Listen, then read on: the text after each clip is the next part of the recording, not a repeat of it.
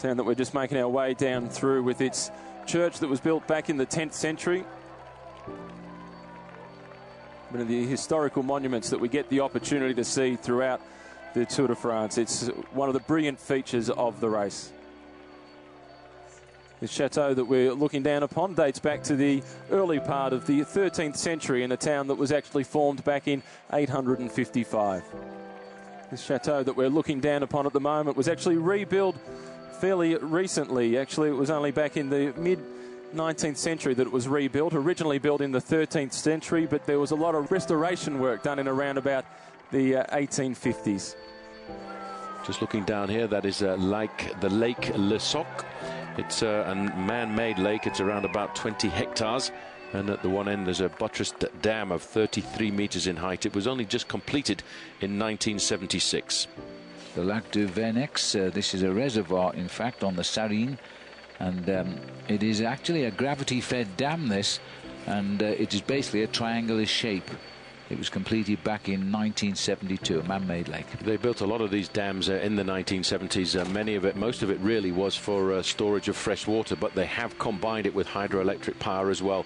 Very much the source of a lot of the energy here in Switzerland is hydroelectric. The castle there of Aigle, 12th century castle, originally built and transformed by the Savoyards, and the reason it was built was to protect the village of Aigle. And it overlooks the valley and not too far away. Funnily enough, Phil, I think it was on stage 3 we went over the River Rhone. Well, we've got back to it here because it's not far away from here that it has its source. This canton of Valais is both French and German speaking, and it's the home to the famous dog of Switzerland that we always talking about, the great St. Bernard. Well, we're going to see all these climbs when we resume the race on Tuesday, because we go over the Petit Saint Bernard and the Grand Saint Bernard. And those two climbs total nearly 50 kilometres of climbing just in themselves. Over there, that in fact is the Governor's Castle, which has a very commanding position that it commanded this area for a long time. Originally, it was built during the Burgundy Wars in 1474. And it has, again, it had been extremely important from a military point of view, and it used to be regarded as a real frontier defender. You've got mountains on either side, and you're going down into what you know is a dead-end valley, and the only way out is up. Looking down here at the Abbey of Saint-Maurice d'Orgon.